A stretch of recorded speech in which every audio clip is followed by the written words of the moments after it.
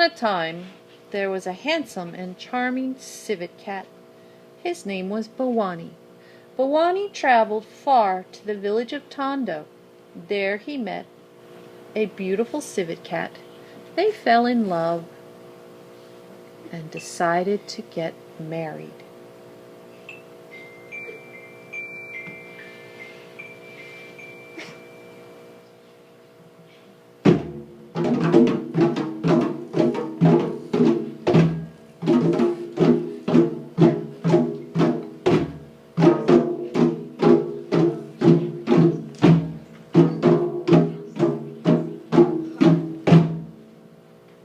Bawani dashed back to his village, where he collected his bride's wealth and began gathering his friends together to join him at the wedding.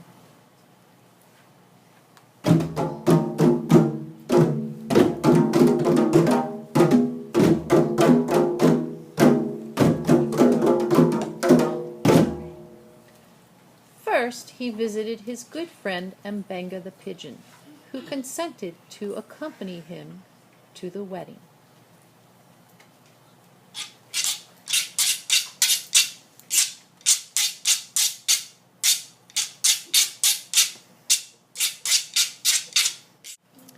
Then Bawani went to Nguma the python's house, and Python too was glad to be a witness.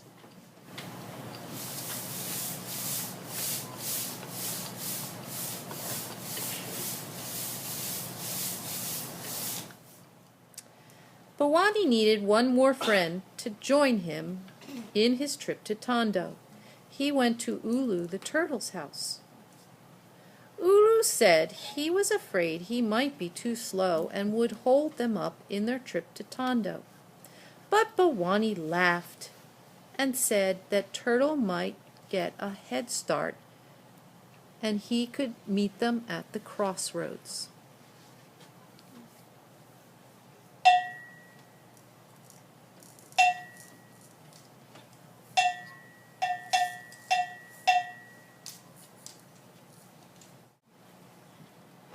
Bawani gathered all his friends together, and soon Bawani, Mbenga, and Nguma and Ulu were on the road to Tondo.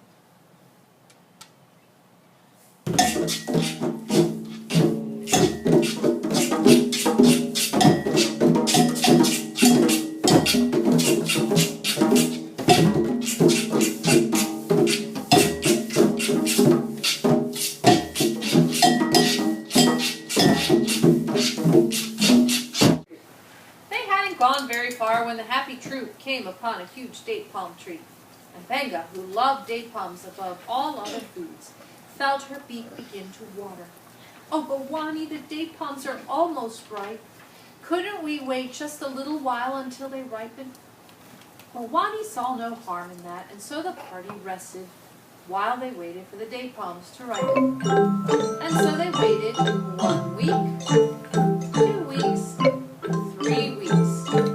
Finally, the date palms were ripe. Oh, how Mbenga ate. She ate, and she ate, and she ate.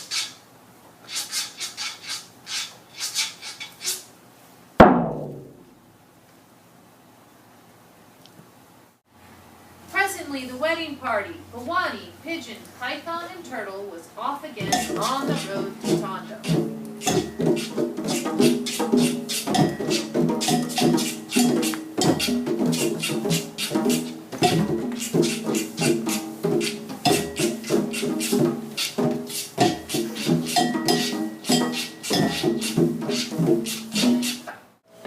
Soon they came upon a broad savanna. There Nguma saw the most perfect, the most fat, the most tasty antelope in all of Africa grazing in the tall grass.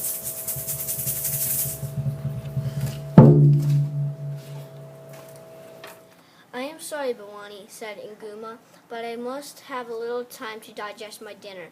You waited for Mbenga, and now I must ask that you wait for me." "Of course, my friend," said Bawani, "will be happy to let you digest your food." And so Bawani and his friends waited again. 1 month, 2 months, 3 months. until finally, one fine summer day, Python could move again. And off they went again, Bawani, Mbega, Naguma, and Ulu, on the way to the village of Tondo.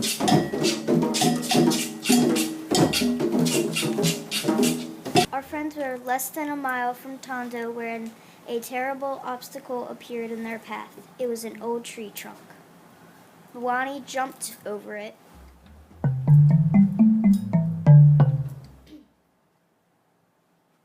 And Mbanga flew over it.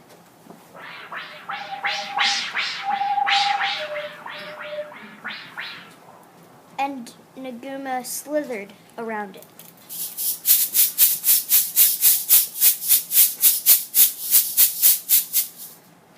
But poor Ulu couldn't go over it, or around it, or under it.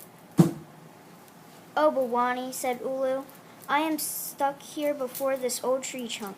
We must all wait until it rots if we are to go to Tondo."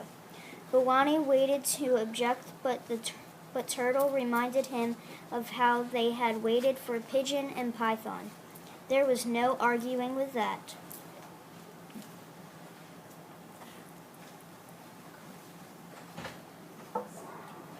So they waited and they waited and they waited. 1 year, 2 years, 3 years. Imagine the jubilation the wedding party felt when at last the old stone crumbled into the ground.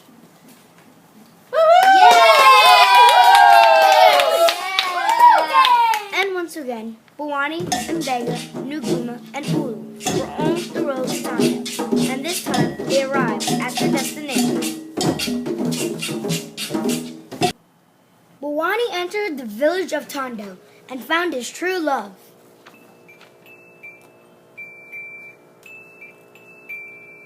Sitting near a basket in the middle of town.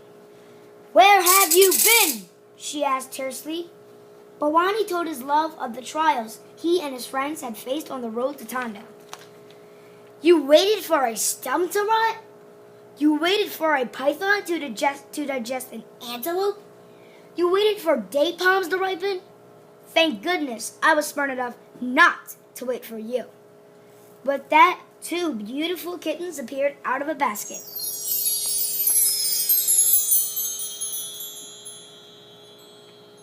"Who is this fool?" roared the largest, meanest civet cat Bawani and his friends had ever seen. And the beautiful civet cat introduced Bawani to her husband, right before her husband showed our friends the fast way out of Tondo.